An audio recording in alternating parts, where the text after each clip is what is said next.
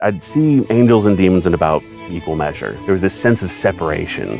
And even though I could identify that's something that might be scary, there wasn't any sense of immediate danger. I looked up, and instead of my mom, I saw this kind of shadow. As soon as I looked at it, it's kind of slunked into the crack, walked around to the edge of my bed. It kind of had these milky white eyes. Its eyes flashed, and I felt this overwhelming sense of fear. Absolute panic was just going through my body. It happened night after night after night for 3.5 years. You have this question, which is, am I a highly functioning schizophrenic? They talked to me about this concept that I hadn't heard of before that they called seeing in the spirit. Something in that recipe of expanding the options from either I'm going crazy or the devil's decided to ruin my life, to this third option of maybe I have a gift that I just haven't learned how to manage yet.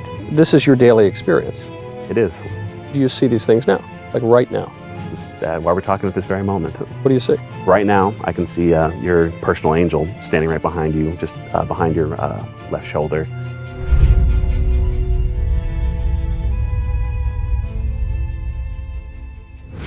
Haley Joel Osment in The Sixth Sense saw dead people.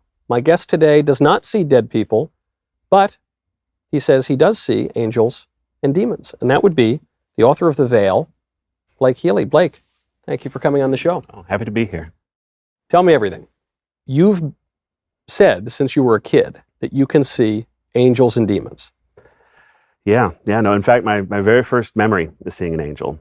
I was 2 years old. I was sitting in the back seat of our minivan. My mom was at the drive-through window at the bank, kind of chit-chatting with the teller.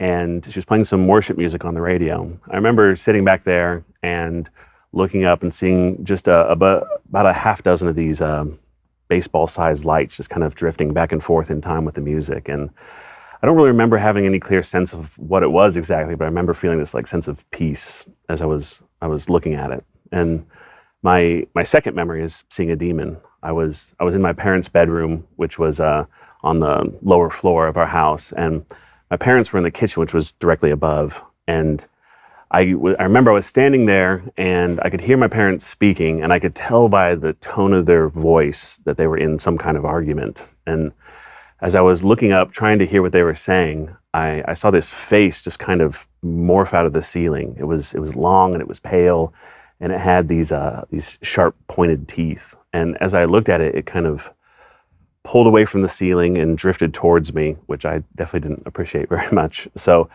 I did the only spiritual warfare tactic I knew at the time, which was to jump into my parents' bed and pull the covers over my head, which apparently worked, because after a few minutes I looked out and it was gone. And so from the very beginning, all of my memories just throughout the background, I just remember seeing these spiritual things just about anywhere we'd go. Okay. I believe you. But people who don't believe you are going to say, little kids imagine all sorts of things. One time I was hallucinating as a kid, and I saw a lady sitting on top of my door throwing watermelons at me. So how do you know it wasn't a hallucination?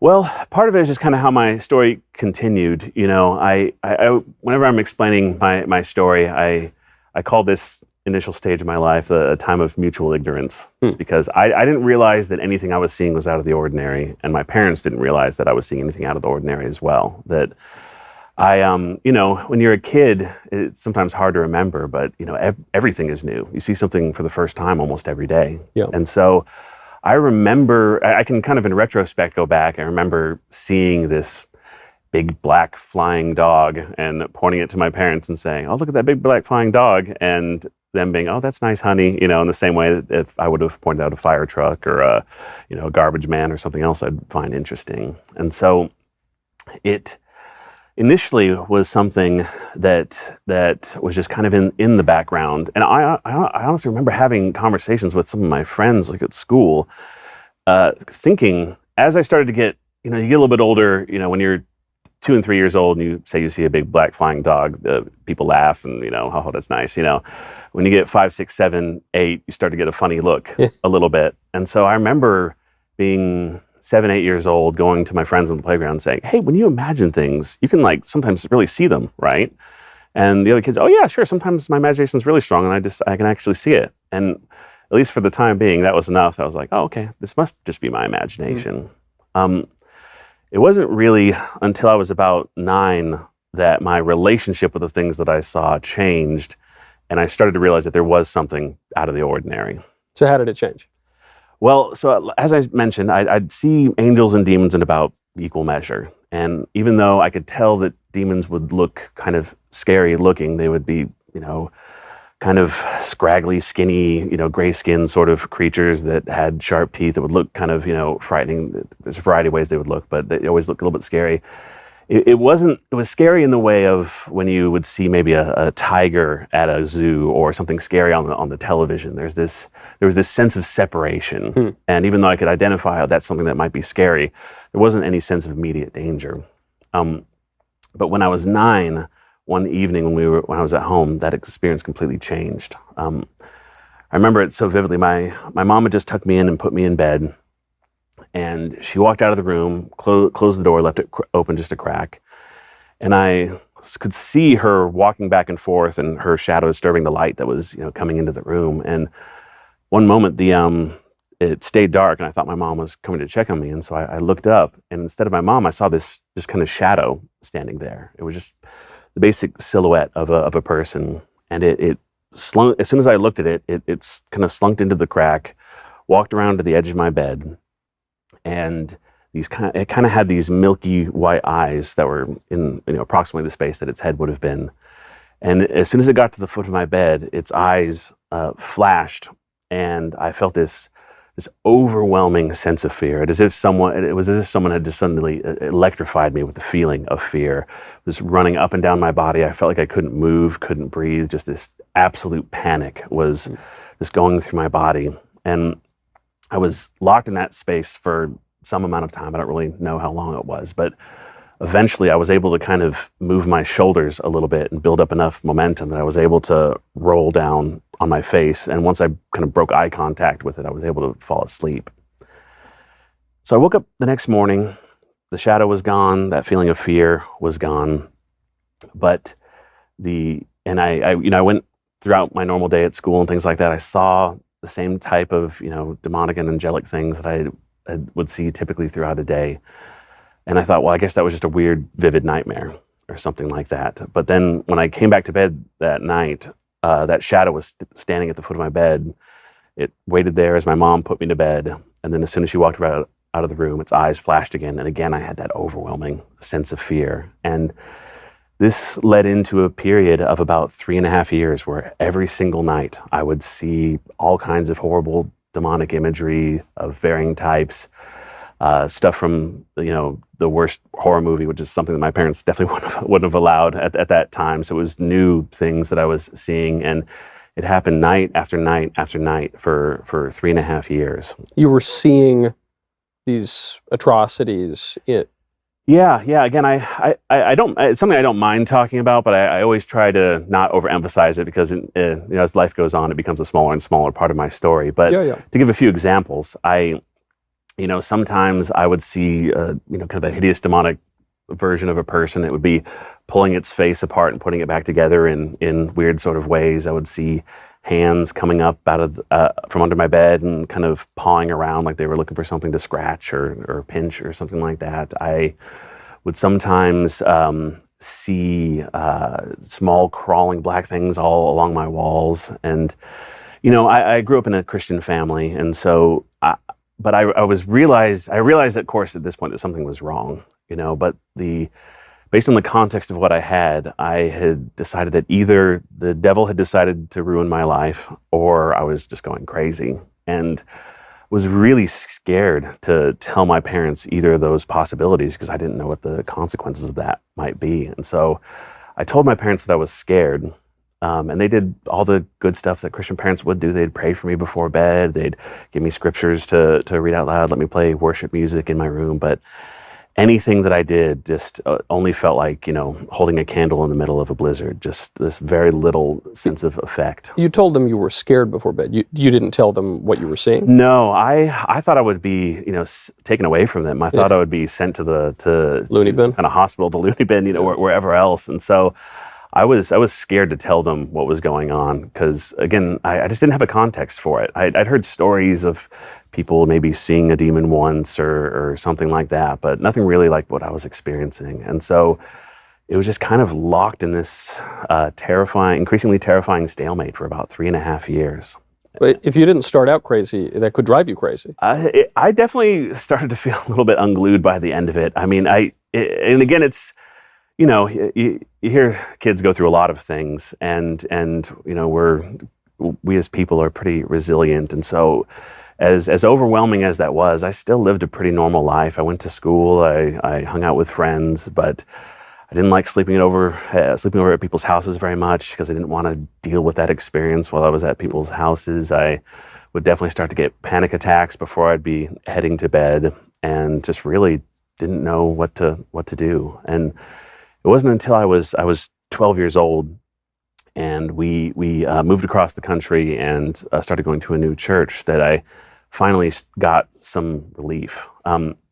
We had a pretty traditional church background going up, a typical Protestant sort of background, and the new church we started going on was a little bit more on the charismatic side, and so they taught about the gifts of the Spirit and prophecy and things like that. And I remember my mom took us to this class about learning how to hear God's voice. And again, this is one of those things that I just always considered that hearing God's voice was this thing that either, happened in a big dramatic moment or in a moment of crisis when someone is in danger. And but as these people were teaching about the idea that no, we can actually all hear God's voice, and in fact, we are designed to, and if we just practice and learn how to listen for Him, we can have a conversation life with Him. And even though nothing they described was exactly like what I was experiencing, it gave me just a little bit more of a grid for what was going on, a little bit more of a context. And whatever happened there, it gave me just enough courage to go to my parents and tell them the full extent of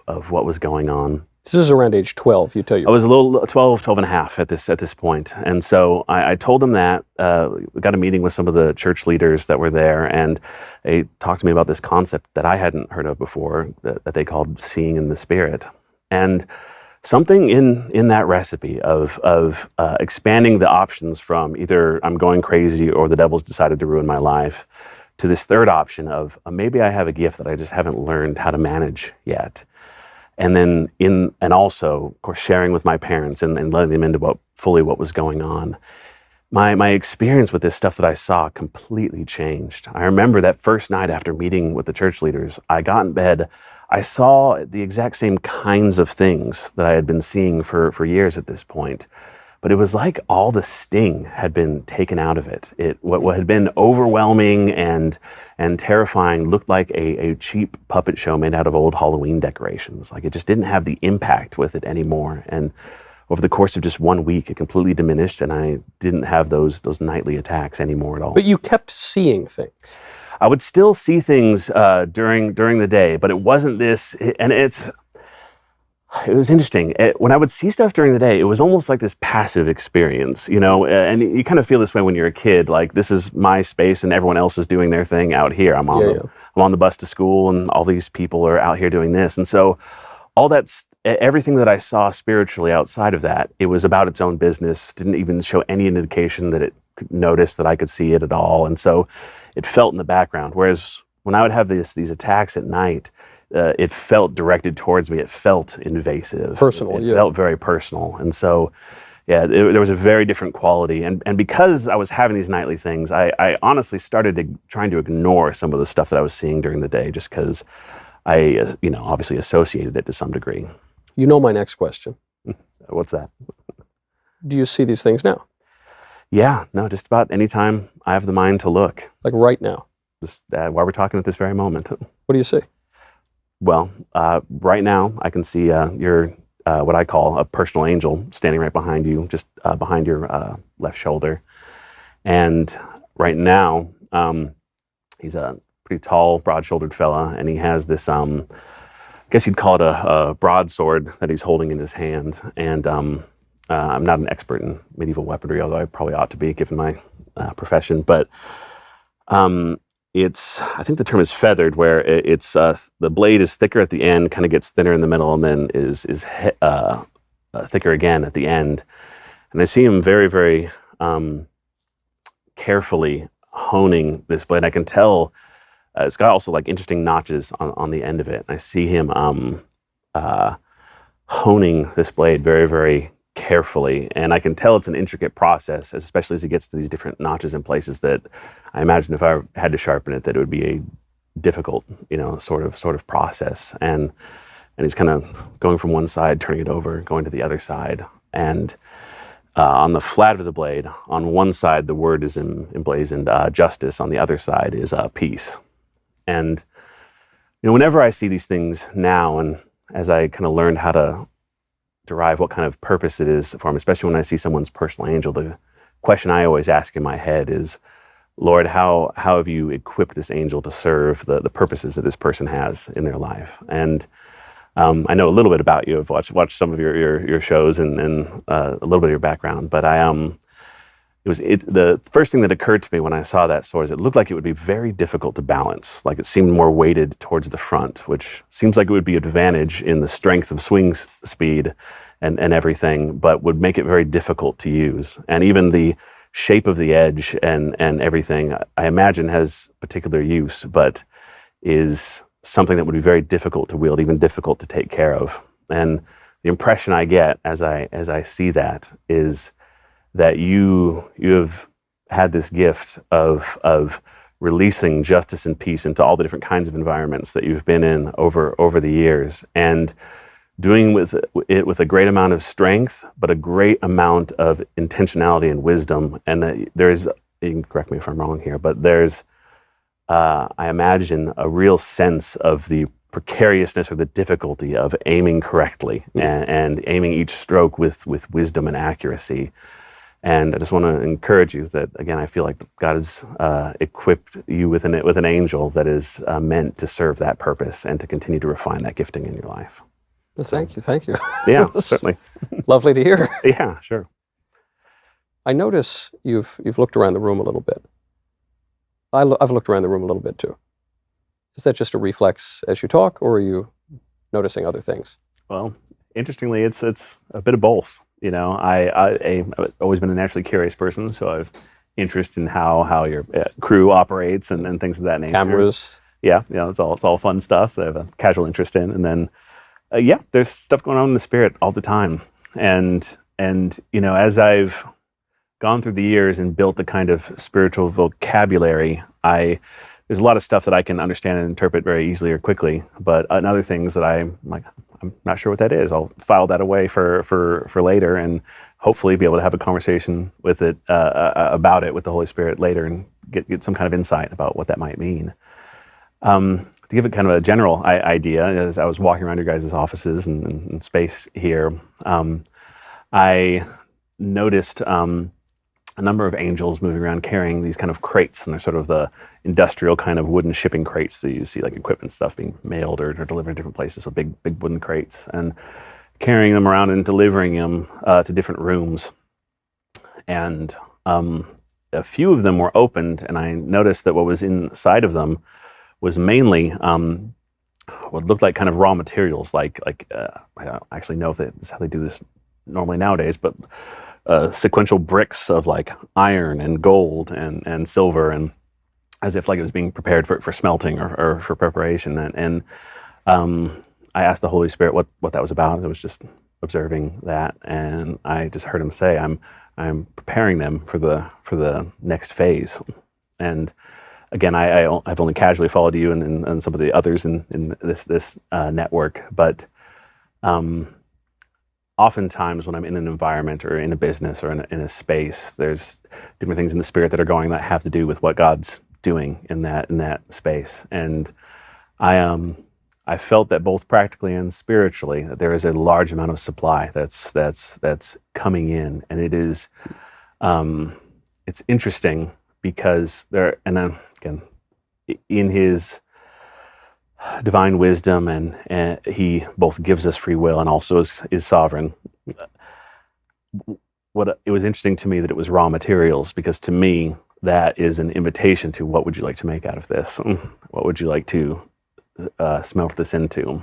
And it's perhaps an overly simple perspective, but I've come to think that in that relationship between my free will and his sovereignty, that sometimes there's specific things that he asks us to do, and then there's sometimes that he just equips us to do things that we It's the equivalent of like Dad driving in the car with you versus, hey, why don't you go to the grocery store and pick up a few things? You know, that there are times that he opens up the opportunity, but brings the provision for a more open opportunity. And so that's what I felt as I was, again, just watch them carry those things around, setting some of those materials sometimes up in here and so up in these different spaces, preparing you for what's next.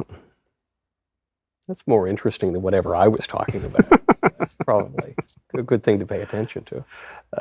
It's funny because you're able to function and operate with an earpiece in your ear, which seems miraculous to me. That's like seems like that'd be juggling two things at once. Whereas, but my producers, they're not that. You know, I mean, they're nice guys and they're interesting, but it's not quite as much significant information coming in. I've definitely gotten a lot of practice in juggling my thinking. This is your daily experience. It is. It is. So previously, when you were just talking about this in the abstract, I would think, okay, well, whatever. I ignore, you know, birds and squirrels and things. So, but as you describe it with such vivid, you know, description, it seems like it would be much more difficult to ignore. Yeah, it's interesting. It is and it isn't. You know, like right now, or any person watching, you're in a room in the physical, and there's all kinds of stuff going on. There's full complex electrical systems that are making stuff around you function. There's all the principles of physics going on, operating at full bore. There's probably a number of decorations and details, and each of them has a history and a meaning, especially if it's in your home. There's a reason that was there, even if it's as simple as, oh, my wife saw this at the store and liked it, you know. And there's a story behind all those things. Now, I think our brains, you know, we're capable of seeing a lot and taking it all in as a whole, and also focusing in and really, at any moment, maybe you've never even looked at what the lights look like in your bedroom very much, but if you stop and pause and really look, you can think, oh, that's that kind of light. I've seen that kind of light before, but most of the time you just don't really think about it. And so I'm still definitely very much just a human being. And so my capacity to be aware of everything that's going on, I can definitely in macro, just as I would with a crowd or with anything else, see a lot of what's going on, and maybe try to be aware of thematically what's going on over a region or an area. But then I can also just focus in on a specific, as I just did, you know, individual thing that's going on. And there have been times that it's definitely overwhelming, but just like anything else, you know, when you travel to a new country, you tend to get much more assertive and active about looking, because everything's a little bit different, and you're curious about those differences, and so you can almost feel exhausted by the end of the day just from all that extra applied attention. Right. And so when I'm kind of turning up that awareness, definitely it's something I'm taking a lot. But when I'm hanging out with my kids, when it's day to day, it's there in the background. And if there's a highlight, if there's something that stands out, if the equivalent of a water faucet leaking or something, you know, sparking or something like that, then it does catch my eye a little bit. But and I suppose maybe an analogy is even just perfectly within the natural realm. If I see something, I see the matter, and I perceive that. But I can also perceive meaning, or conceive of meaning of it. So you know, I see that door, or you know, whatever that is, that door off of any kind of edifice, and I can see that, and I see it's made of wood and it's got a handle, but I can also interpret it and derive some meaning from that. So there are two things happening at once, even though there's only one physical object, and maybe that's somewhat similar to what you're describing with the physical and the spiritual and. Yeah, no, it's always there, and you know, you can imagine that. I think if you know, the Lord divinely just snapped his fingers and switched that on for you, I'm sure, or for anyone else, that would draw a lot of attention and probably be overwhelming initially, but that wouldn't be terribly different from how overwhelming it would be for someone who's from, you know, rural Kansas going to New York City for the first time. Right. Like, oh, this is. Whereas a New Yorker probably walks through and is maybe knows to look for certain things, but is mostly just unimpressed by the some background. of the gruesome spiritual images that you see. You might actually just see them physically in New York. You know, you might just sort of ooze and slime and smells and things. Well, this then raises another question, though, which is angels and demons, to my understanding, are pure intellect. So they don't have bodies, but you see bodies. Yeah, and you know, I'm always cautious with with bringing too much definition to the things that I see, because I'm I'm a person with an experience, not necessarily an expert, apart from the experience that I've had. And so but I've come to the conclusion that the things that I see are what I like to call a visual representation of spiritual reality. It's another way of saying it's a literal metaphor.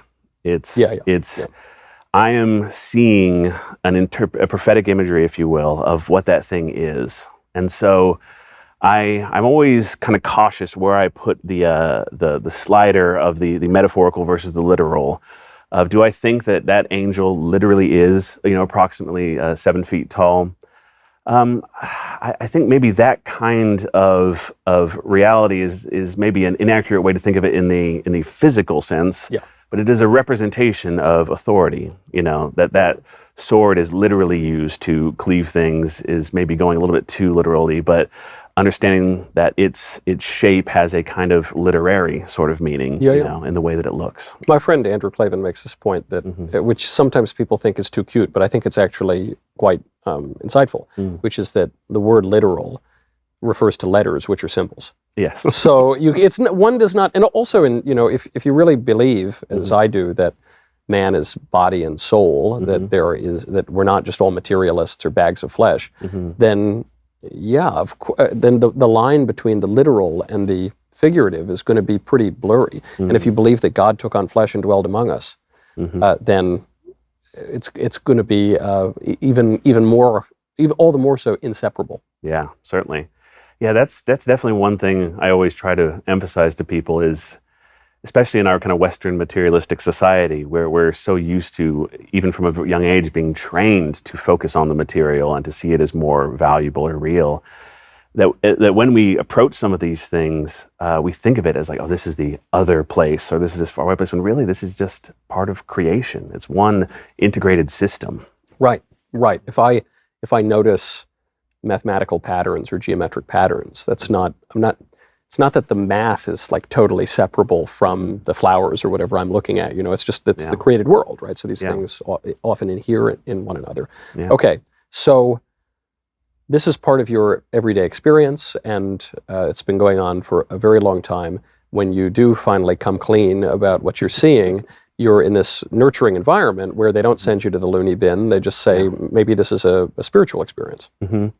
Yeah, which I'm very fortunate, because after writing about it and speaking about it for several years now, I've run into a lot of people who were not as fortunate, who have been able to see in the spirit since they were quite young, but were either in dangerous environments or environments that deeply misunderstood what was going on and suppressed it or whatever else. And so I was very fortunate, but there was still a lot of initial challenge. In the charismatic world, there's this idea of these gifts of the Spirit are meant so that we can bless other people, we can serve God's purposes, and so I immediately felt this sense of pressure of, okay, if this is a gift, then it's something I want to use to bless other people, so that means I'm, kind of inherently responsible to share it with others and hopefully help them out.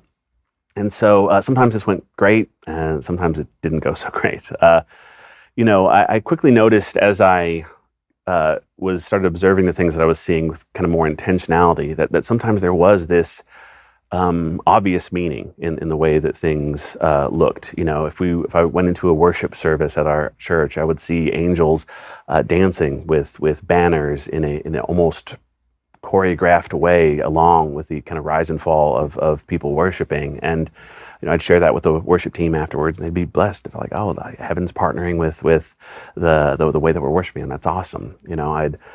While our pastor was teaching, I would see angels with bolt cutters going around cutting chains off of people, and then as you continue with the message, it would end up being about obtaining freedom in Christ. And again, share that with him. It'd be a blessing.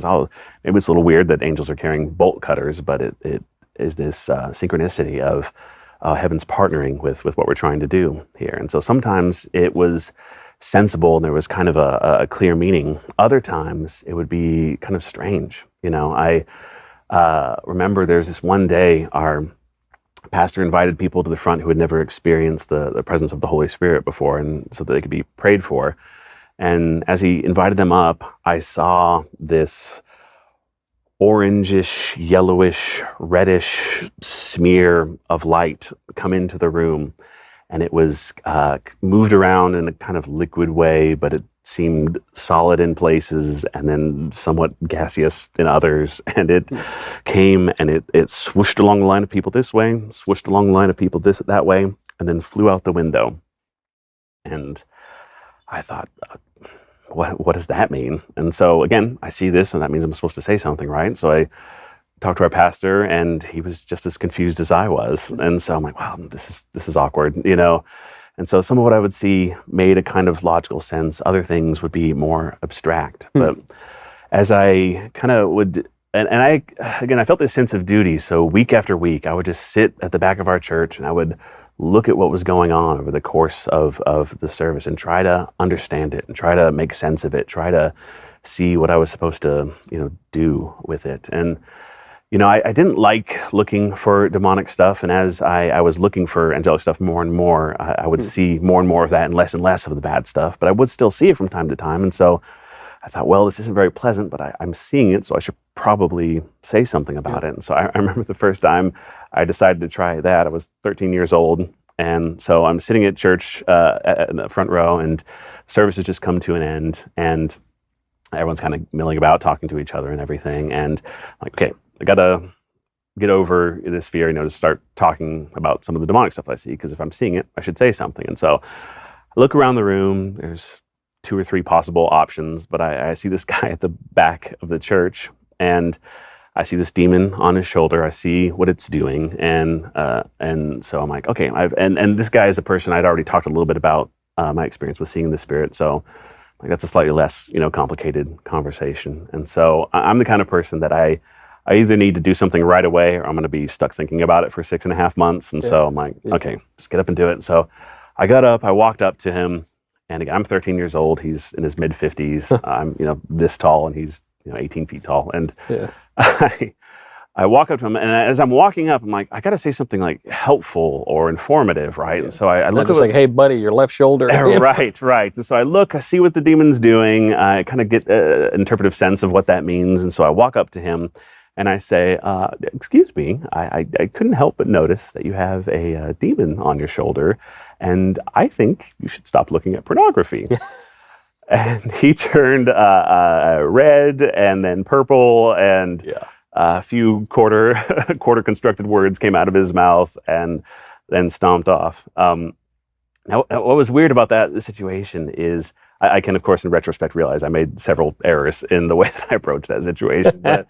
But probably good advice to him. What was funny was I was actually surprised by his reaction, because even though I would see that stuff around people sometimes, it didn't hold this sense of condemnation or it didn't make me think badly of them at all. It made me think, oh, this thing's bothering you. That's annoying. I'd want that gone. And so at the moment, I was genuinely shocked by his reaction. So sometimes you were shocked by his shame? Yeah. But he should be ashamed. He should be, but it I don't know, for some reason, I mean, it was just probably childhood naivety that I thought like, oh, this is just because when you see things in the spirit, you don't fully understand it. But I used to say you recognize something about it, and so some of the meaning is inherent. And so I didn't realize this really until years later. But oftentimes when I'm seeing these things, it is a practice in viewing things from a more heavenly perspective, from God's perspective. And though God most certainly does not approve of what he was doing, he doesn't see it as needing to be attached in the same way. It's to me kind of embodies that mystery of there's no condemnation in Christ Jesus. It doesn't mean that the thing is any less wrong, but it's just really, he genuinely sees those things. That's not part of you. That's not supposed to be part of you. And so the feeling, to me, again, I can see why it's a naive thought now, but to me it seemed that the realization that this was a kind of demonic attack or oppression should make the person feel vindicated rather than ashamed. And because it's not you. Yeah, or at the very least, it's not your nature. You're still, I guess, responsible for the behavior. But that there's this deeper negative part that isn't you. It doesn't have to be part of you, rather. Yeah. And so some of the stuff that I would see would make a kind of intuitive sense. Other things would be kind of mysterious in the way that they looked, and other things when I'd share it, sometimes it would scare people a bit. And so just bit by bit, I would start to assemble a kind of understanding. And I remember the first moment that I had when I started to get a kind of deeper language for understanding these things that I saw. There was this angel that I would see every week at our church. It was at the entryway to the sanctuary. And I would see it every week. It was wearing this suit of armor that was immaculately clean, just bright and shining. It looked like it was in its mid-50s, had a beard. Again, I don't know if angels can be in their mid-50s, but that's how he looked. And he was holding a weapon in his hand, standing at attention, looking into the middle distance. Everything about his posture looks like a guard or a protector. And so I'm sitting there thinking about that, thinking, okay, that's clearly a guard or a protection angel, but why do we need that? What's the purpose behind that? Is that if a demon tries to come in this door, there's going to be, this battle about whether the demon can come in or not? If that's the case, then is it truly a matter of whether that angel can outmaneuver that demon, whether God's purposes or the enemy's purposes come to fruition? That doesn't seem quite right. What if a demon comes through the back door? What if it comes through the wall? Why couldn't it do that?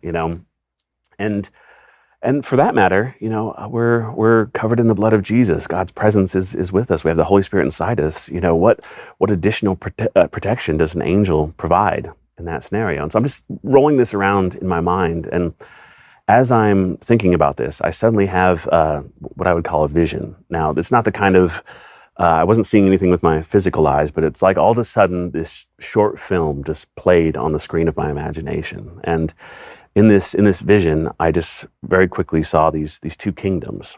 And the king of the first kingdom sent an ambassador to go to the foreign kingdom. And with this ambassador, he sent a small honor guard, about 30 or 40 soldiers. And they marched with him along the road and went into this foreign kingdom. And as they approached this foreign kingdom, on the walls of it, I saw many hundreds of soldiers. And I thought, well, gosh, that's way more than this honor guard. And as they went into this foreign kingdom, there was still yet hundreds more of these soldiers and people. And I thought, well, man, if this kingdom decided to attack, this guard would be almost pointless. But in that thought and in seeing this was the answer that this honor guard was not just about the practical protection that it provided. It was just as much, if not more, about the statement that was made by its presence. That this was, though practical, also symbolic. A statement of my power goes with this person. It was a statement of value, of purpose, of meaning. And as I had that run through my mind, I turned and I looked again at this angel. And even though I could see it just as well as I had before, it was like every detail about its appearance suddenly stood out more starkly.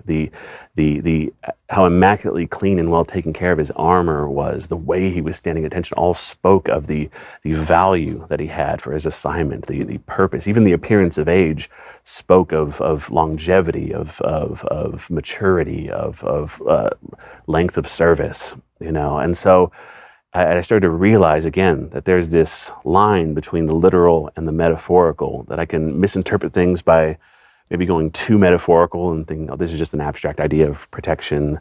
But I can also, make a mistake by going too literal and thinking, oh, there has to be this big fight, or God's purpose or the enemy's purpose is going to come to fruition. Waiting for the action to unfold. Right. Instead, there's Act 2. It's what statement is being made by this thing's presence. What is it saying?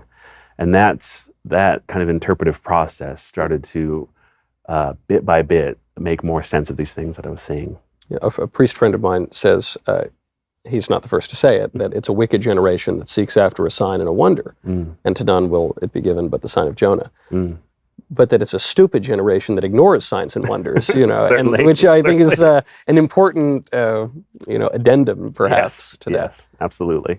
So even there was a great professor I had who is a Dante scholar, who made a point in a work on Dante called Dante, Poet of the Desert, that Christians, so maybe this was my extrapolating from his point, but I think this is basically the point he was making, that Christians, before we're called to activism or something like that, we're primarily called to interpret.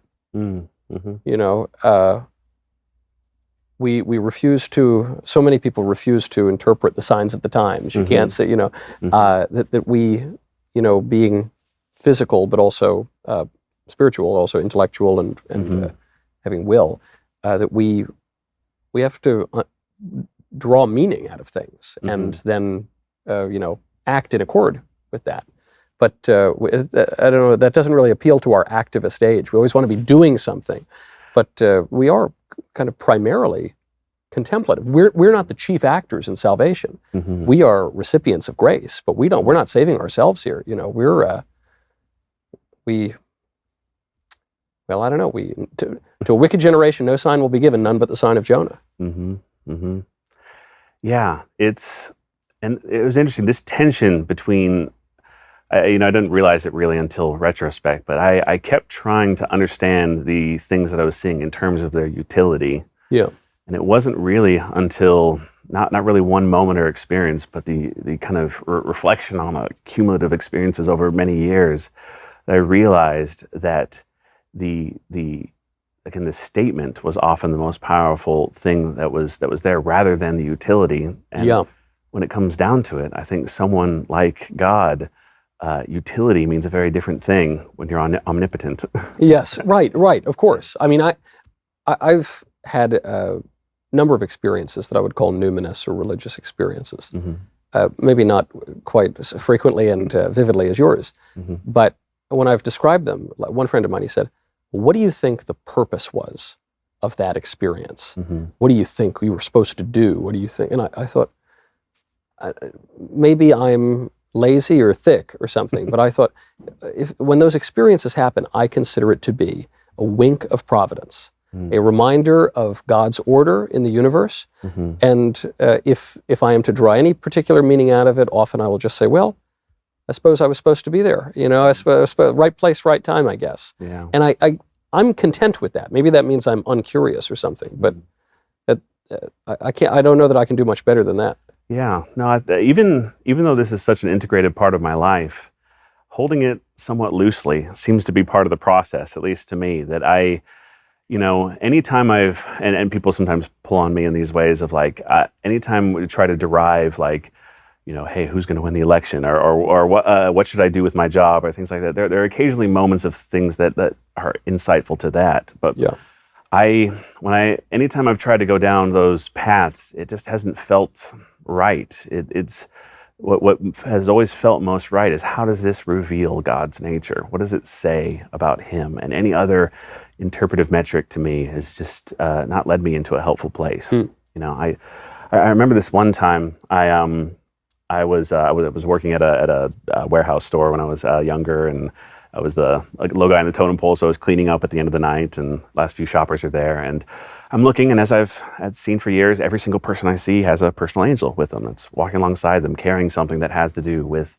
the purpose that God's called them to. And again, I'm just running these series of questions in my mind. This is around the time we were rounding up to 8 billion people on the planet, and I thought, well, okay, there's 8 billion people on this planet. Does that mean there's 8 billion angels wandering around? You got so many people, dying every second, so many people being born every second, if someone dies, are they reassigned to someone else? What's the logistical structure of how all this works? Is there any sabbatical you can take? Yeah, do they get a break? You had a really rough one, so you can, running this all through my mind, and again, I don't think it's wrong to speculate on these things, but as I was speculating about that, this man walked in front of me, and he's shopping for some things, and I look at this angel that's with him wearing a kind of simple blue tunic. And I'm just kind of running these thoughts in my mind, and this happens very rarely. Usually the angelic stuff I see, it is very focused on whatever task it's called to. It almost never shows me attention of any kind. But this particular angel, just for a moment, looked and made eye contact with me. And again, at this moment, I had this vision just play through my mind. And in it, very rapid fire, in kind of a montage sort of way, I saw this young girl being born. And I saw this very same angel with her. And I saw this girl throughout her life. I saw all of, and unfortunately, she had a very painful life. She had a dad who didn't treat her well. She had a very tumultuous household. And I just saw the angel with her in these moments. hiding with her when she was hiding from her father, covering her when she was crying at night, walking with her and comforting her as she would go to school with, clothing with holes in it, and be embarrassed about that. And it was still with her when she started using drugs, when she became a teenager. It was with her when she ran away from home as a later teen. It was with her as the hardness of life that comes to people in these cycles came bit by bit. And I saw at the end this angel with this woman in an alleyway when she was being attacked, and she was on the ground being attacked, and this angel was standing above her, and I saw just all this darkness encroaching in from every direction, and this angel was fighting off this darkness, a sword in each hand. And I still to this day have in no film or a historical account seen a fight that was more furious, more intense, more impassioned. But even despite that, as this angel fought this darkness off, I watched it encroach in, and it kind of blackened the vision. And when it kind of opened again, I just saw that the woman had died. And the vision then continued to this same angel being with a young man who was being born. And this man grew up in a much more pleasant life. His parents were with him. He maybe wasn't wealthy, but had enough the whole time. And I watched that child grow into the man who was standing in front of me. And, when I entered into that vision asking a logistical question of, are they reassigned? Is there, You've got your answer. Is there a rank file? And what I got was, again, a picture of the statement that's being made. I had a somewhat like yourself, from what I've heard from some of your stories, I had a short tryst as an atheist, believe it or not. Really? It only lasted a few weeks when I was a teenager, but how does a guy who sees angels and demons wind up an atheist? I'll share this story, and I'll finish the story first, and I'm happy to dive into that. But because of that, I run into things like the logical problem of evil and different sort of things like that. And there's questions that I've run into substantial answers for, and then some that remain mysterious. That the atheists bring up, and maybe they always will be. But I remember after seeing that vision and going in the back room at my work there to cry a little bit, I was. Even though this problem of evil, like why do bad things happen to people? Why does God allow it? And of course, a question I get a lot is if all these people have an angel with them, what are they doing when something bad is happening? And well, that woman still had the outcome that she had. And I can ask about God's sovereignty and whatever else in that situation. I can see that the attitude of that angel is the most desperate fight that I've ever seen in my entire life. And so while it doesn't answer the question, it at least gives me some insight into God's character and posture towards these moments. And yes, it's a mystery of why can't he just snap his fingers and make that bad thing not happen? But at least showed me that his heart is passionately for the well-being of every person that's on this planet in a way that is honest and true and real. And that to me was the answer of that logistical question is, yes, there is logistics as to how heaven works and how the spirit realm works, but they all exist to serve God's character, his nature, and the revelation of it. Right. Yeah. I like even the way you've put that, which is anytime we attempt to speak about God or like the mystery of the Trinity, the central mystery of the faith, right? You're ultimately probably not going to be successful or comprehensive. It's if you could be totally comprehensive, God would not be God. So it's not, right. That's a tricky thing to do. But when you say, it's about him. It's just all about him. It's about he is being. So there's not a thing that is not about him. It's right. It all has to ultimately be there because God. This is a point that is expounded on in philosophy by Plotinus, the Neoplatonist, and then by St. Augustine and St. Thomas Aquinas and many others.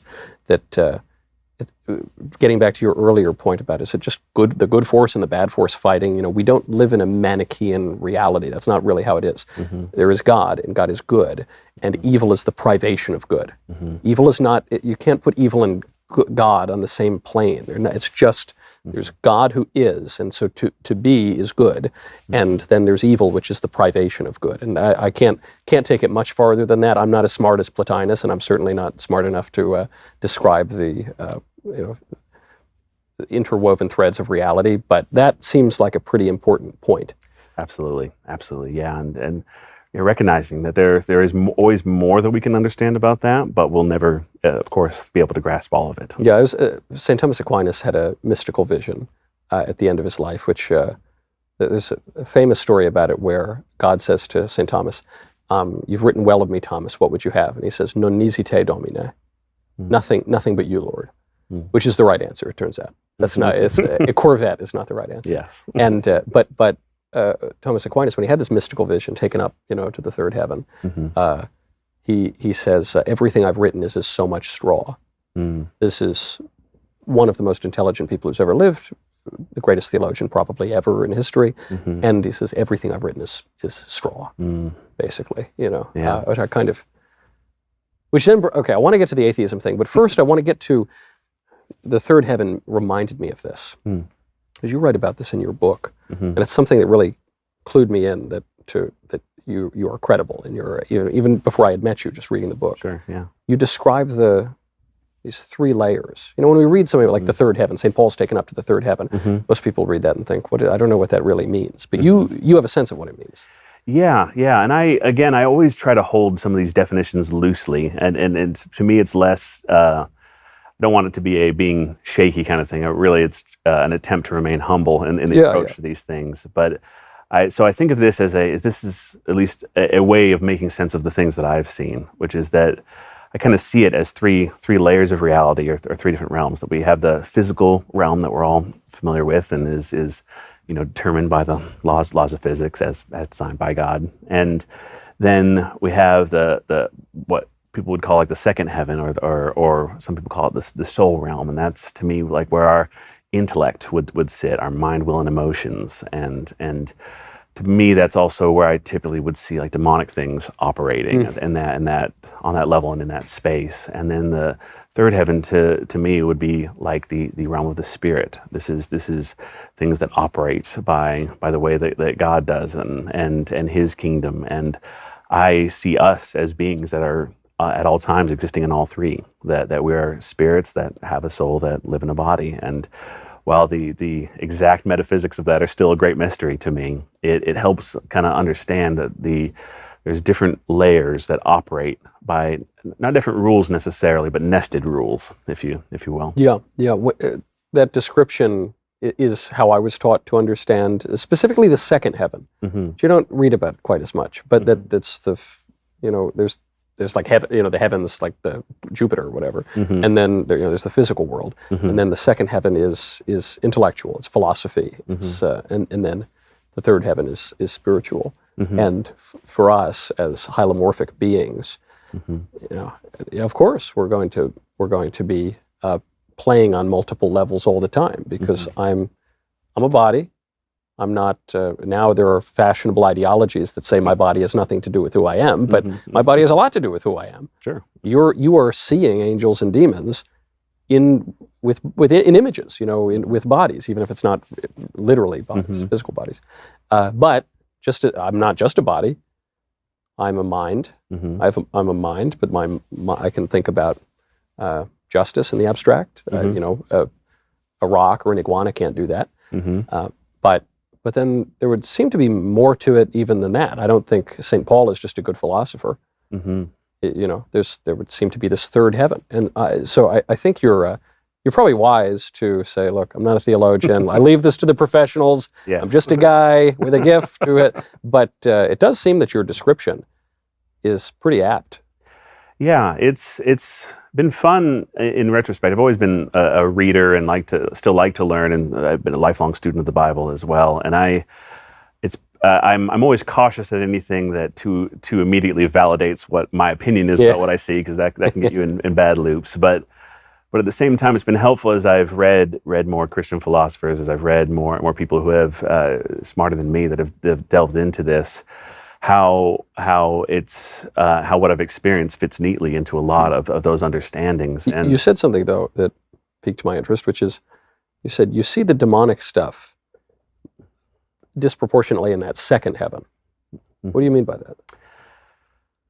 That it's interesting because some people will ask, like, oh, if an angel and a demon are in the same space, won't they like just fight? Like At least bicker. Cat and a dog kind of situation, And interestingly, I oftentimes when I am seeing, I describe it as kind of seeing in layers, and this is kind of just by exercising almost with like a kind of muscle memory, those week in, week out, day in, day out, practicing looking for this stuff as in those 12, 13, 14, 15, 16 years of age, I noticed that I could kind of focus in on different layers of what was going on. I could intentionally look for bad things, and then I could look for good things. And while I could sometimes see them interacting, that was usually a specific, if you will, literary message of like, oh, this is they're combating over this thing or over this person.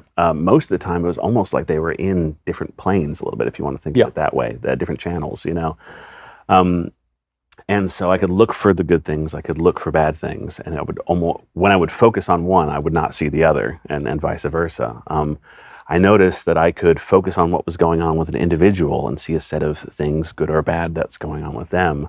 I could, if we're in a church service or any kind of collective sort of environment, I could look at what was going on in a household, in a church service, in a more kind of, it's like the difference between, seeing, oh, we're all here sitting, watching a play. There's a certain postures that have to do with that, or I can see that person who's in an argument with his whoever he's sitting next to, That's an individual experience versus corporate experience. And then also I could look further into regional, what's going on over this city, over this nation, over this area, look for good things, look for bad things. And so I almost kind of built these little shelves in my mind of categorization to try to, again, make sense of these things that I was seeing. And especially when I would look for demonic stuff, I would notice that they would be very, angelic stuff was always bringing something heavenly to a person. It's bringing godly character, godly equipment, if you will, things that are representative of that. So it was always bringing something from somewhere else here. Demonic stuff was always trying to take advantage of something that was going on. There was a lot of people know someone like this. There was a guy at our church who had a kind of rolling problem with alcohol, and he'd get better, get worse, get better, get worse. And I would see this cycle a lot, but the most kind of impactful time, I remember he actually showed up to church under the influence, and one of the pastors kind of brought him to the side, hey, this is not okay, and I watched the most aggressive version of a pattern that I'd seen in this in and out thing, this demon with this big dirty bucket full of what looked kind of like black tar, just dumping it over this person, and I immediately knew this is shame that's just being dumped on this person, and it was just being dumped on him, and then that the second he was done being confronted by that pastor and started to make his way out, I just watched that demon immediately switch over and start whispering in his ear and seeing like the little bubbles and bottles and signs of things that were exemplative of that, hey, why don't you go take a drink, kind of thing. So the very thing that was bringing the destructive kind of shame was the very thing that was trying to tempt this area right here. I've heard it described as, the devil whispers in your ear and says, that sin you want to commit, it's no big deal. It's really no big deal. It's not even, seriously, come on. And then the minute you commit it, says you can never be forgiven. That's the worst. That's so obviously unforgivable. You just in for a penny, in for a pound. And I'll tell you, I Catholic, we have sacramental confession. I'm a big proponent of sacramental confession. I've done it many times. And I get in line, and I still feel a sinking sense. Do I have to? Can I say this? Can I actually say the sins that I've committed? Should I? Maybe I'll come back. I don't know. Should I? And I think, and I know, I have many, many times experienced God's grace on the other side of it. I know barring some impenitence or something like that, that God will forgive my sins. And I will walk out of the confessional feeling much, much better and being better. Not only feeling better, but actually with my soul in a much better state because of the grace of God. And it's still standing online to say, how should I word this? Should I, did that, should I don't know, what's he going to think of me? It's anonymous. There's a veil. I guess my voice, maybe I have to put on an accent or something. But that sense of shame is very, very powerful. No, absolutely.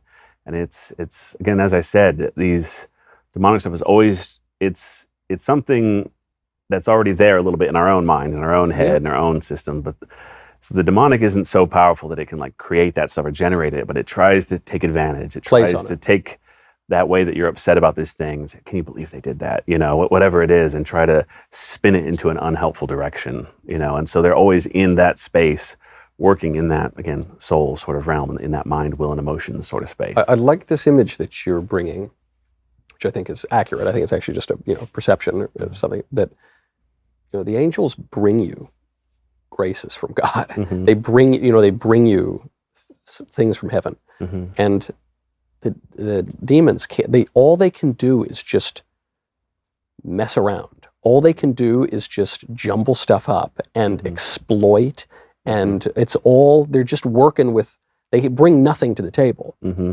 Mm-hmm. They just tear things up a little bit. Yeah, I often equate them to kind of like scavengers, that they're looking, even the Bible describes, it's like a roaring lion looking for whom he may devour. The implication is that they can't just devour anybody. Yeah.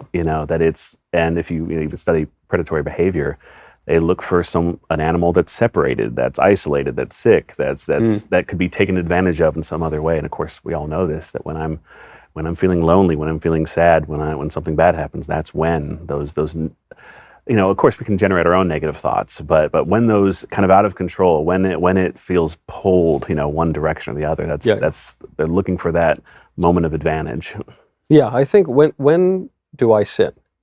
Well, often actually. But when am I most liable to sin?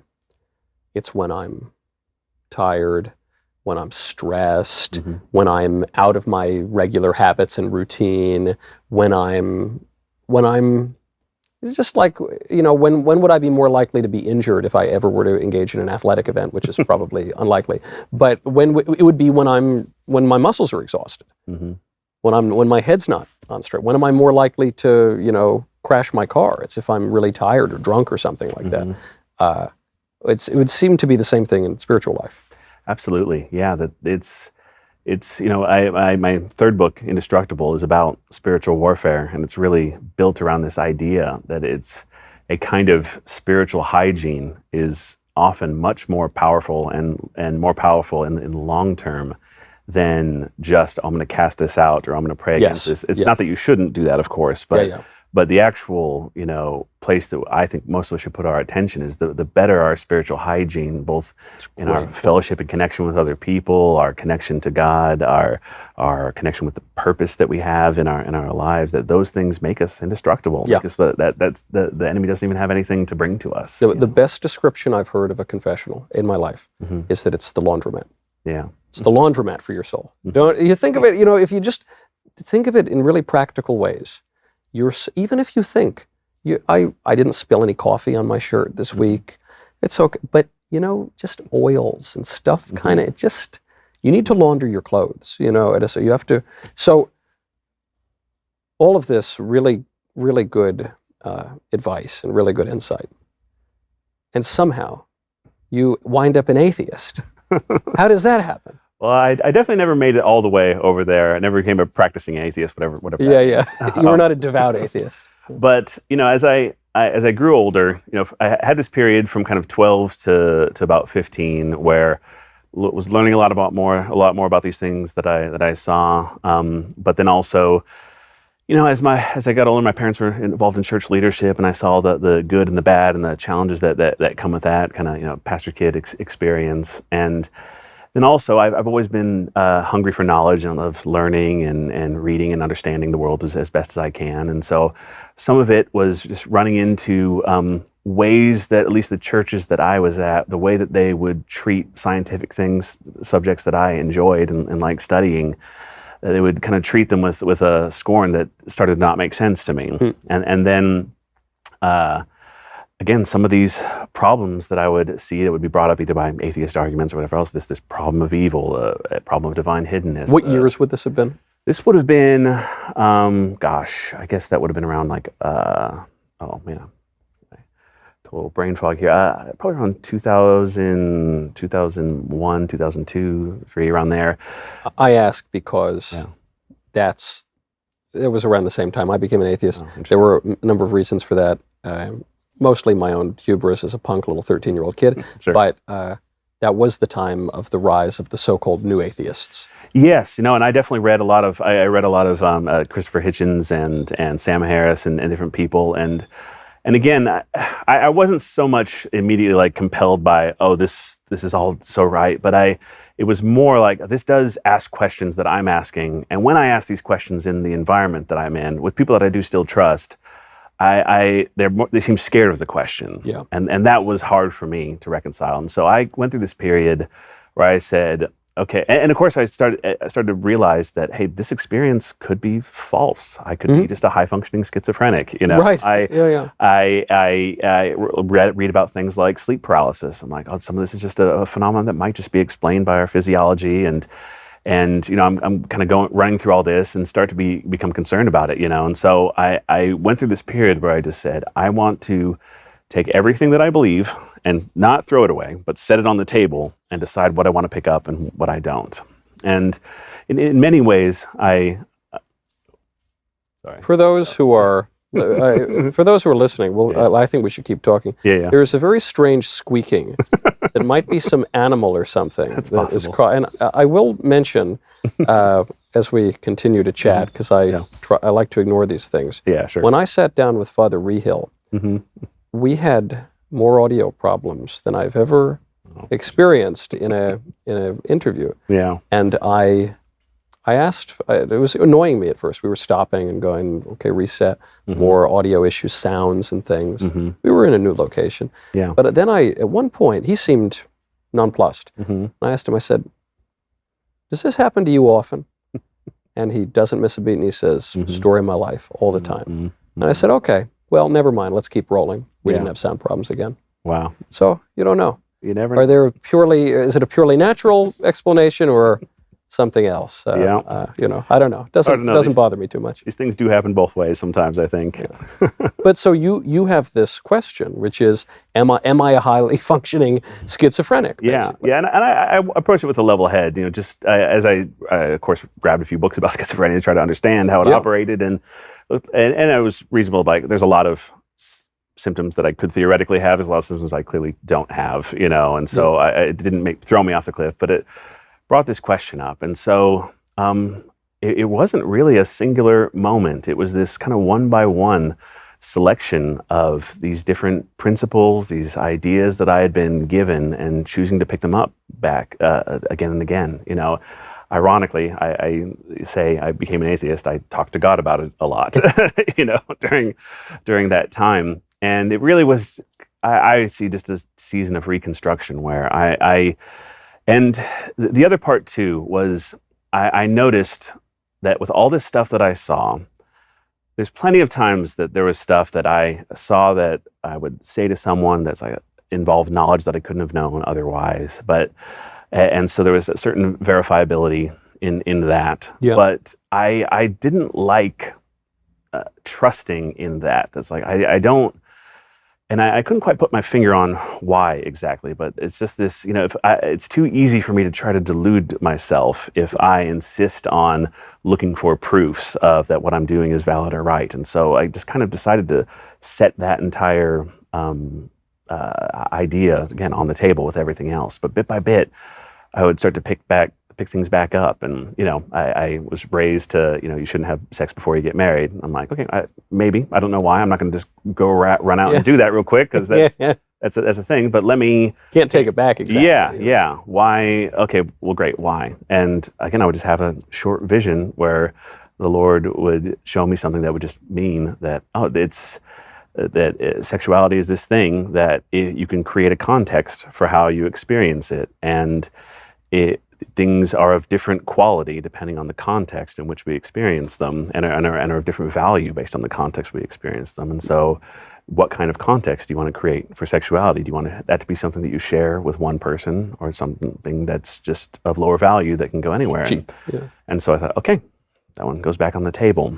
And there was one experience that I had that was kind of the most transformative, and I didn't walk away from it fully transformed or knowing that this was now it, but it was the one that started the snowball of doing. It's a little bit of a long story, so I apologize for that. But it's a long show. Don't worry. It works out. It works out. But I was on a mission trip with our youth group, and we were in Europe, and so we were at this conference. At the end of it, youth pastors used to always kind of do something more relaxed or fun at the end of because we were usually working pretty hard for the rest of it. And so it was this big youth conference that was being held outside of London, and it was being held in this big cattle auction house, a double-decker stadium seating kind of situation. And there were so many kids coming to this thing that they had actually set up tents in the fields that were around the area there. And so we were staying in the tents, going to the conference/concert, and flash forward to the very last session, last night of the conference. And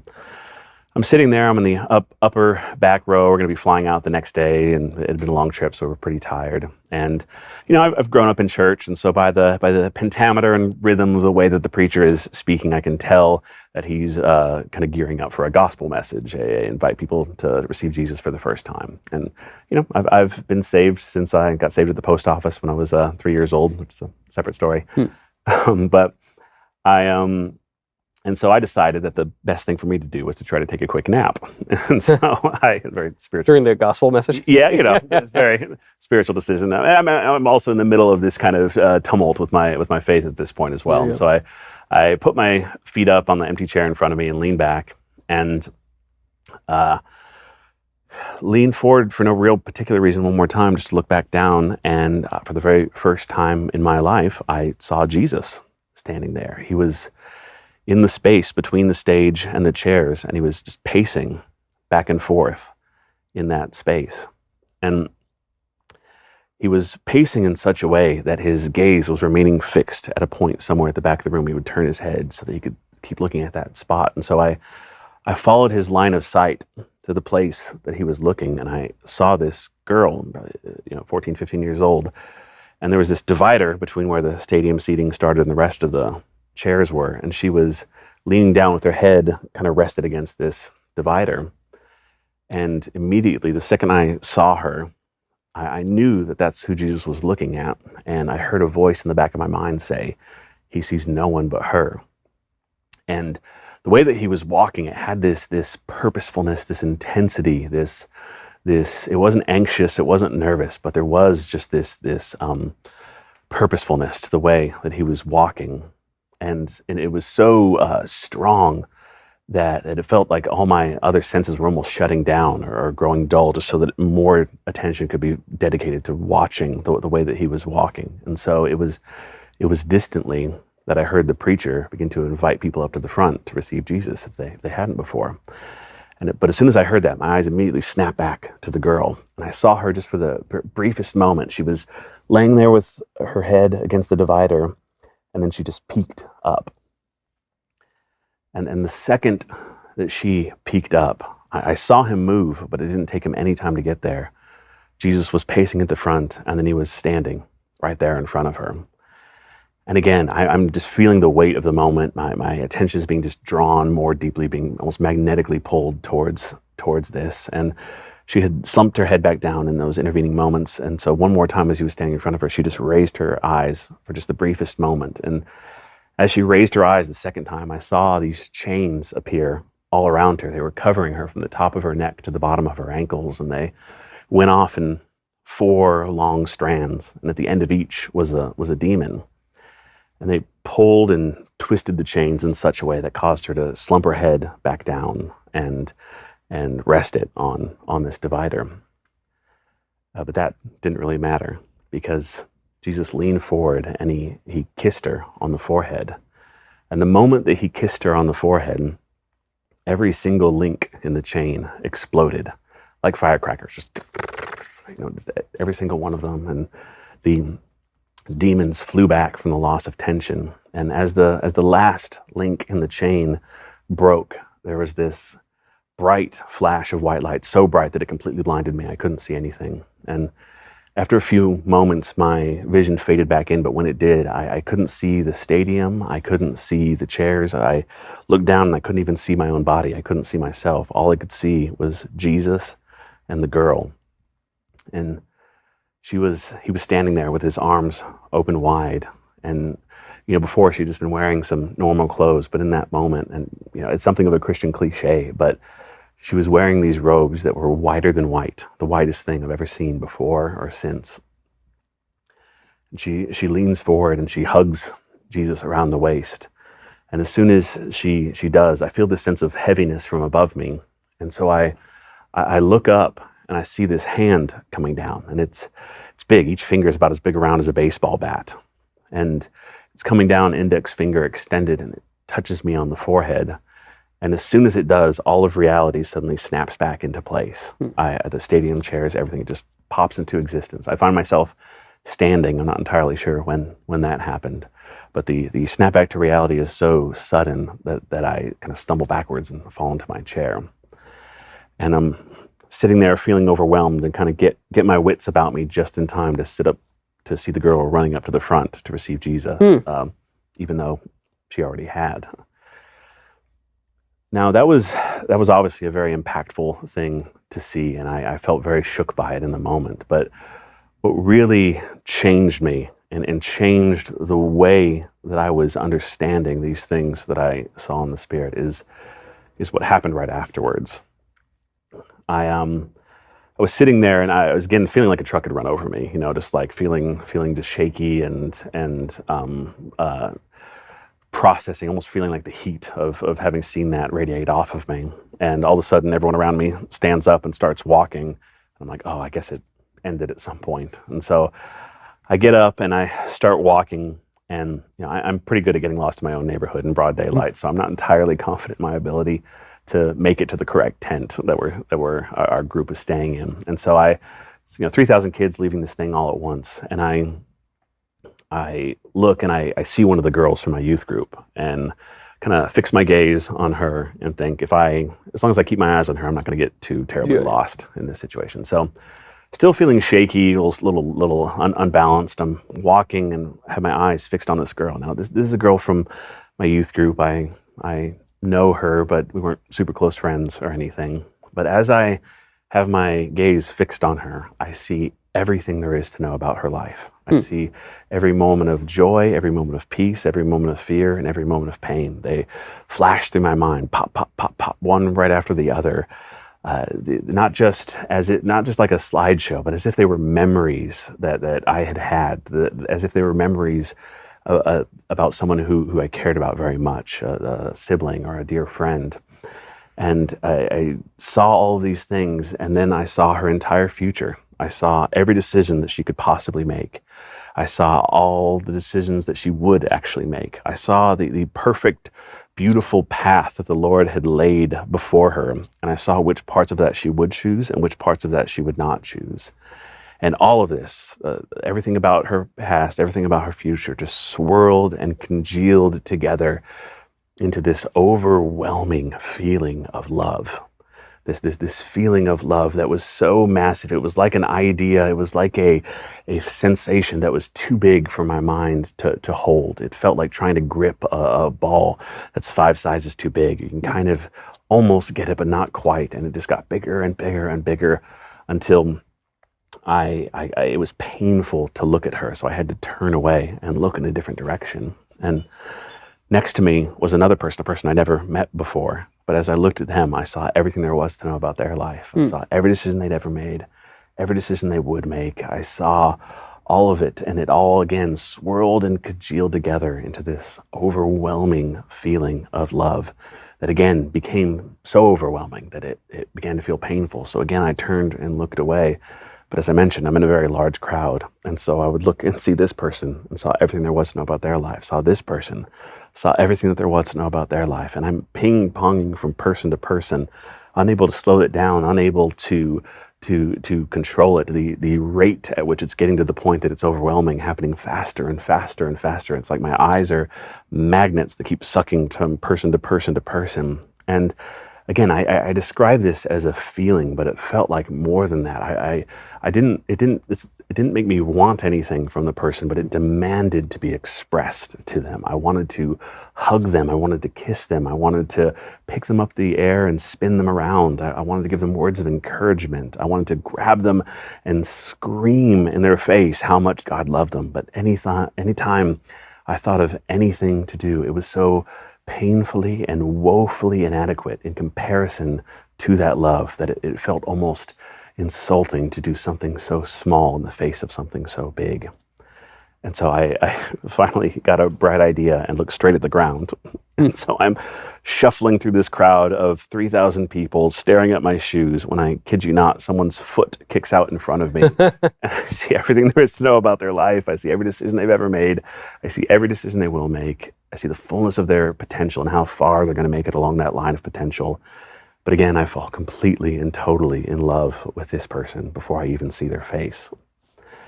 And somehow I found my way back to our campsite and just fell down face first in my pillow. And thank goodness when I woke up the next day, whatever that was gone. Because I honestly don't know how I would be able to function if I hadn't. But that experience was the first of many that really, the way I like to describe it, I guess, is it set the compass for how I am to navigate these things that I'm seeing.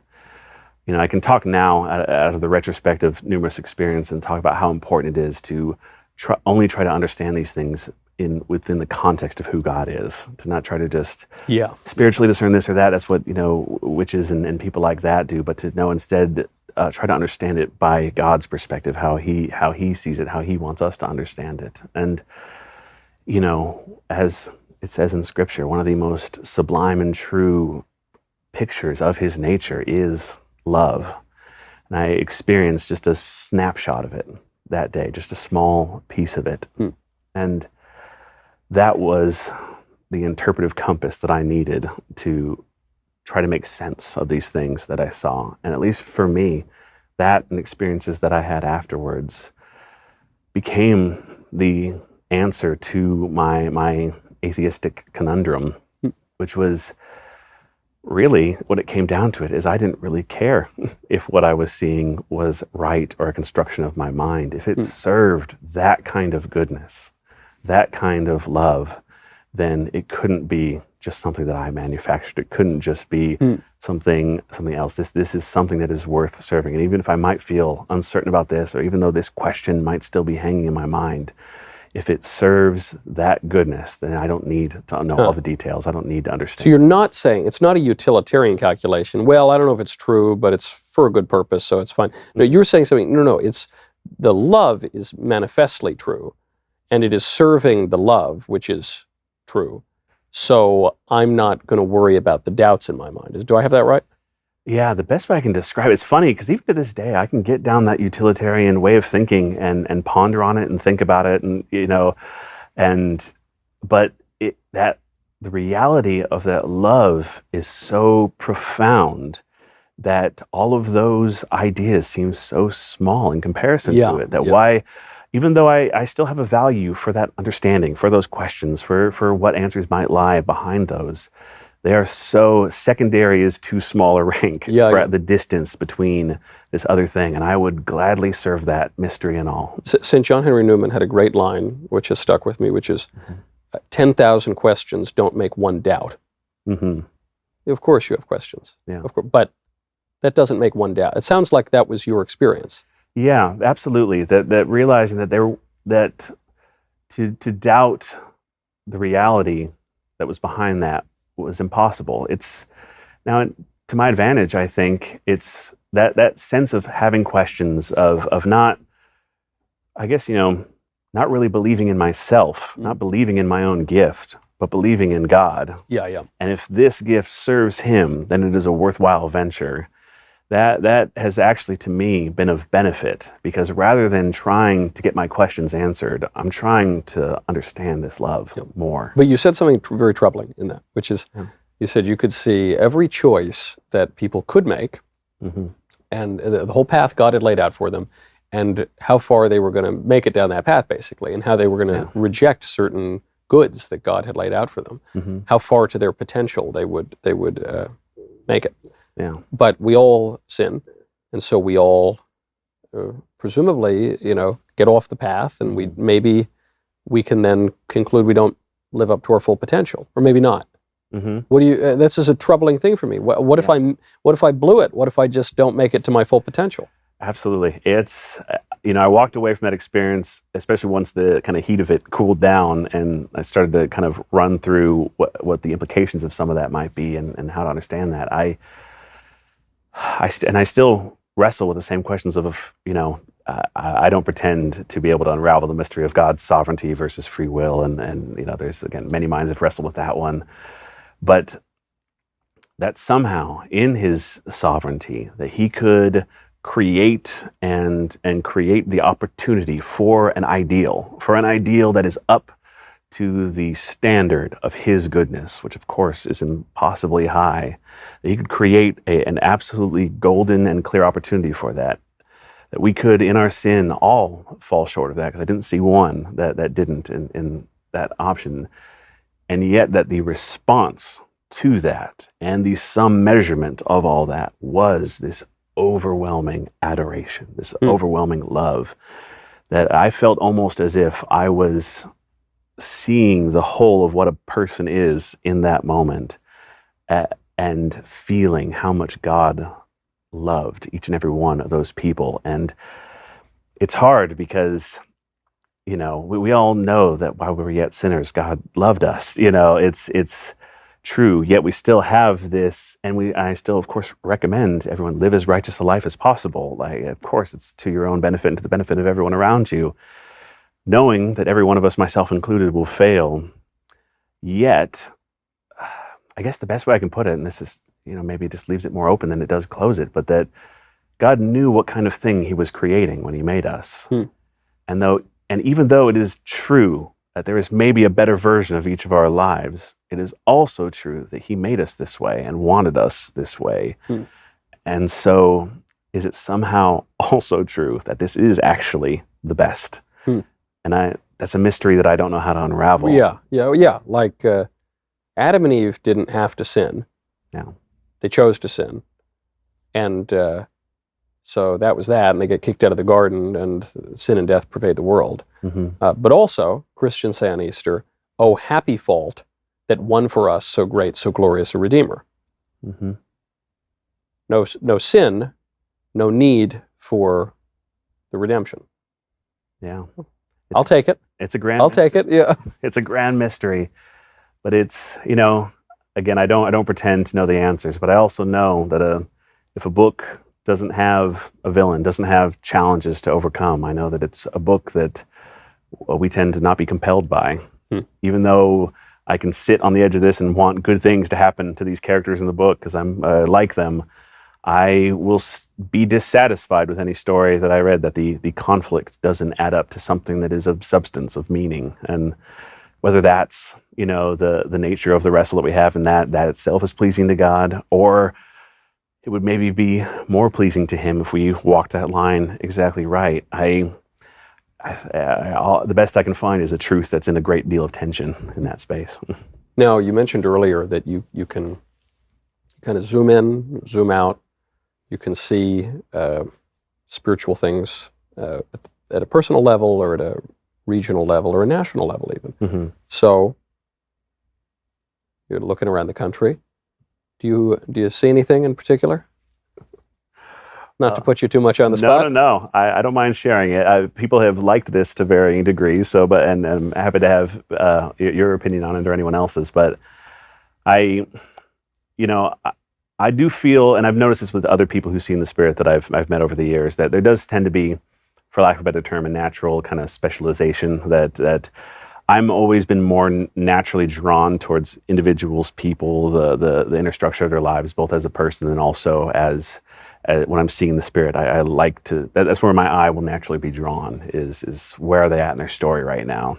And that doesn't mean I can't be observant of what the larger trends are, the larger themes are. But I've spent less time with the Lord on those things, and so I do feel less like an expert. But the most impactful thing I've seen, at least in those, is in the middle of 2020, one of the more exciting years.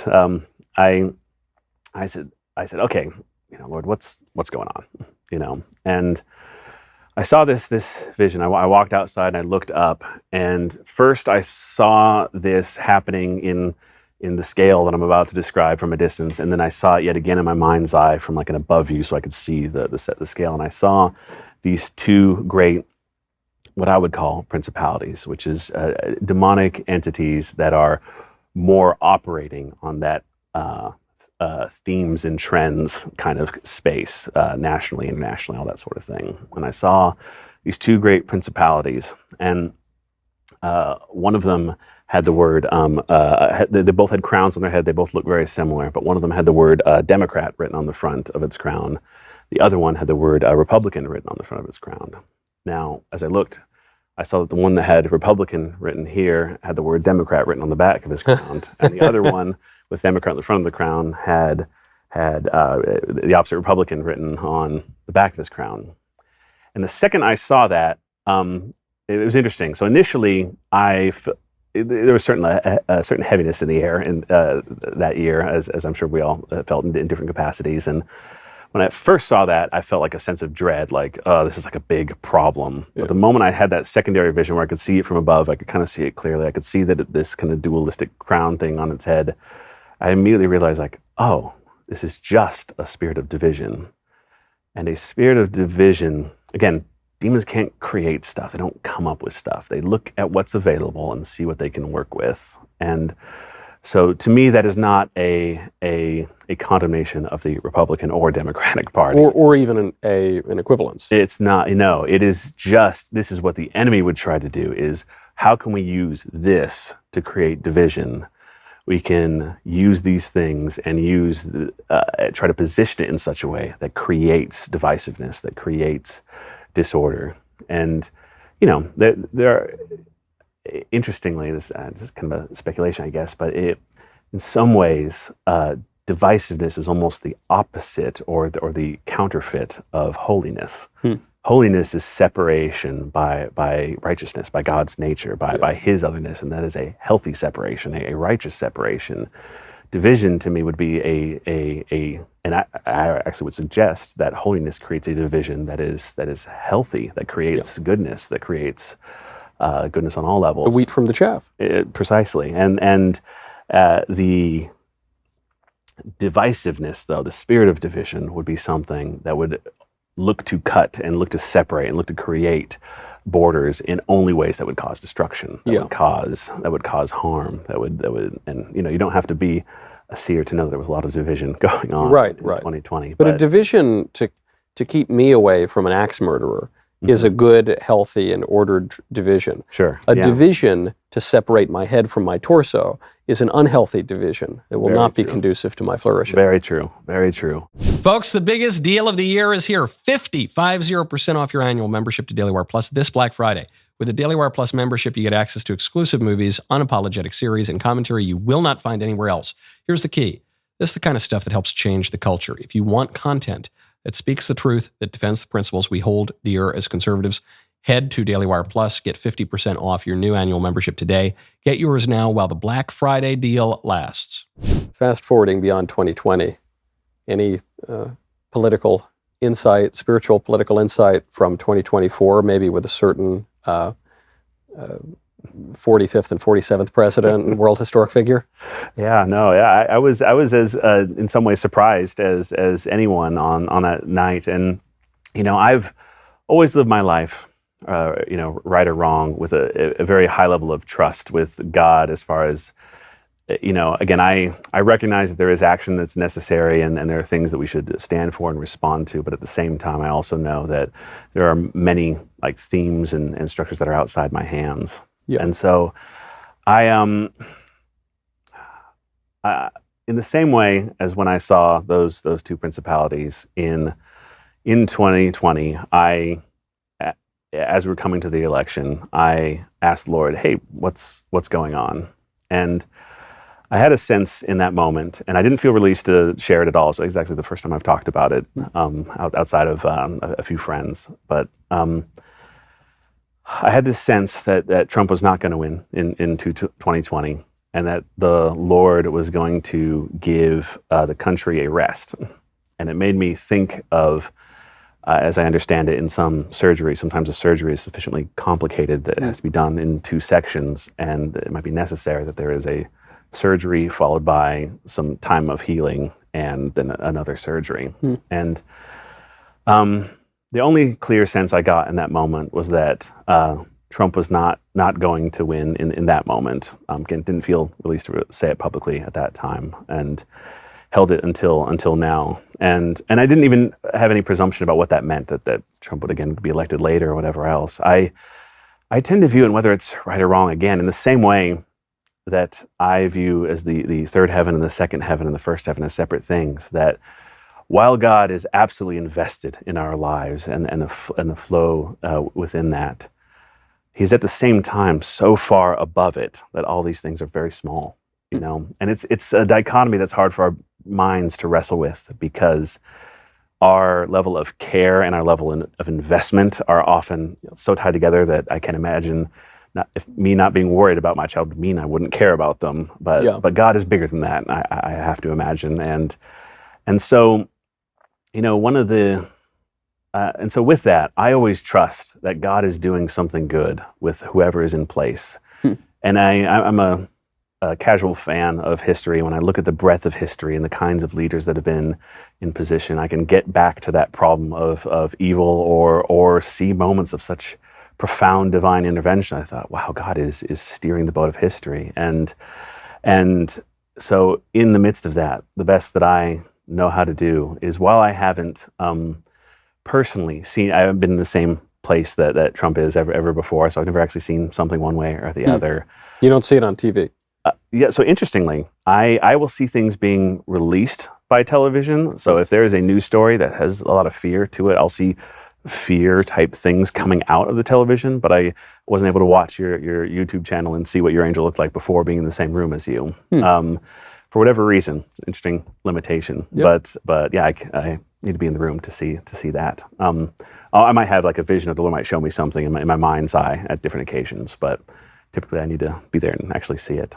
And so I have always been of that view to, again, going toward that idea of being careful to not try to build a Tower of Babel. And so even within my presumptions, with politics, and of course I have the luxury of being able to be at it, be a certain distance from it, I try to say, okay, Lord, show me what's right and wrong. Show me what good and evil is. And when I study scripture, when I study history, some of the people that God put divine influence on, that He made leaders of Israel, of moments in history, were very human people, were people with a number of flaws, but and oftentimes maybe people that if I were up there controlling the universe wouldn't have put in those positions. Yet He is right in a way that I couldn't possibly be. And so I now, just as with all those visions, I don't try to use the things that I see as insight so that I can have more strategy about how to build a better thing. Instead, I say, okay, what does this tell me about who God is? Yeah, what does it mean? What does it mean? What does it say? What does it say about who He is? Yeah. And that's where I continue to investigate. And it's a good degree of peace and proper resignation too, to recognize. St. Paul says the civil authority is there for your good, and your rulers are appointed for you by God. You think, well, what about bad rulers? And the answer, notably from St. Thomas Aquinas, but from many other thinkers too, is bad rulers are there. They're also appointed by God to punish you often, or for some purpose of His in the grand scheme of things. But this, that's right there in the Scripture. That your rulers are. So you think, okay, I pray that things go well, but it's a good a good little aphorism from Padre Pio that sticks with me is pray, hope, and don't worry.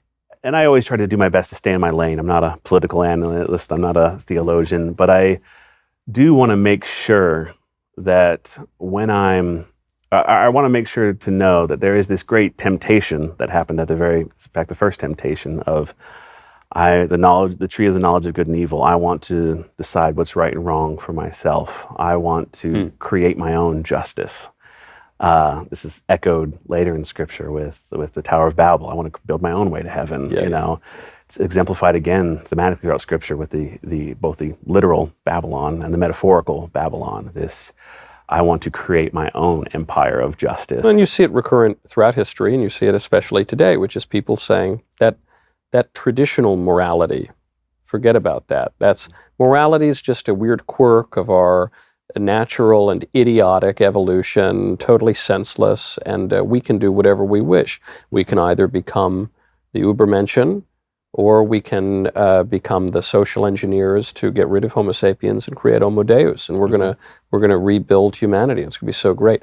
And you get people who would call themselves on the right, who maybe would say the former, people who are pretty emphatically on the left, who would say the latter. And but it's all kind of the same nonsense. It's all trying to build its own Tower of Babel, trying to build its own kind of justice. There's this old, as I said, I always like reading. There's this old Ursula K. Le Guin short story called "The Lathe of Heaven," and in it, through science fiction means, there's a psychologist who finds this person who's able to change how the world is with his dreams, and he tries to use that through suggestions for his dreams and things like that to make the world a better place. And in the tradition of science fiction, every iteration starts to remove the humanity, starts to remove the beauty, starts to remove the good. And to me, that was another example of this idea of that temptation to try to build my own kind of righteousness. In doing that, I will ultimately create destruction, because God's kingdom does not work works by its own set of rules. And it's more our job to be adherent to those than it is for us to just pick up the tools and make our own kind of right. A friend of mine described the notion of the metaverse, the idea that we're all going to actually plug into the matrix. And he said, well, the real question of the metaverse is, do you want to live in a world created by God or a world created by Mark Zuckerberg? Who do you think did a better job? Not a hard choice for me. Right. So you've been at this a while. You've been seeing these things for a while. You've been seeing the course of people's lives in these flashes of spiritual insight. So then, what about you? When do you look down at your own feet and did you get a vision or no? So interesting. I've definitely had moments like that, but more often than not, I actually don't see things that relate directly to me spiritually.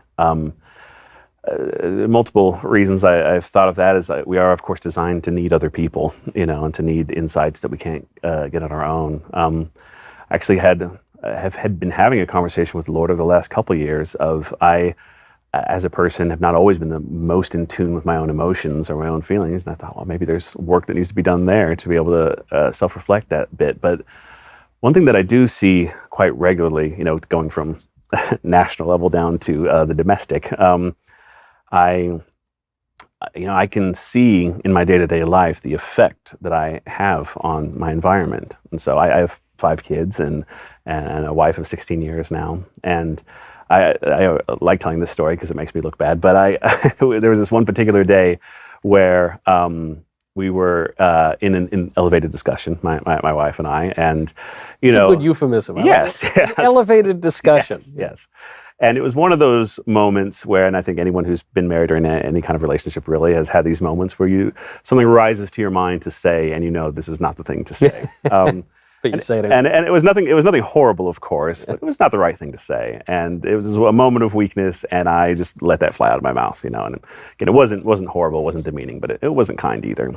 And I watched as those words left my mouth like a wind and hit my wife on the face and left a small cut just on her upper cheek, as if you had taken a razor and just did a quick little nick right there. And a little drop of blood came down from that spot. And so immediately, of course, I'm like, I'm sorry, I should not have said that. And my wife's an easygoing person, so she's like, "Oh, it's fine, no big deal." And I said, no. I should not have said that. That was not kind. I am sorry. And I watched as that little cut just healed from one end to the other, and even the drop of blood ran back up and went into the wound and closed completely.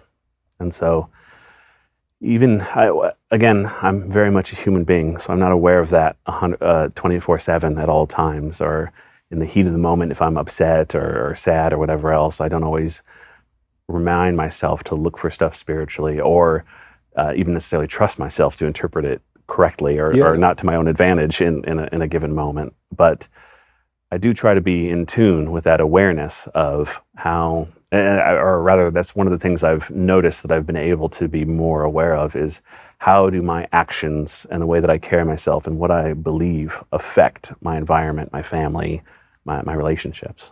Yeah, it's basically all one really can do. Yeah. There's this, I've mentioned him before on different shows, but he really comes to mind.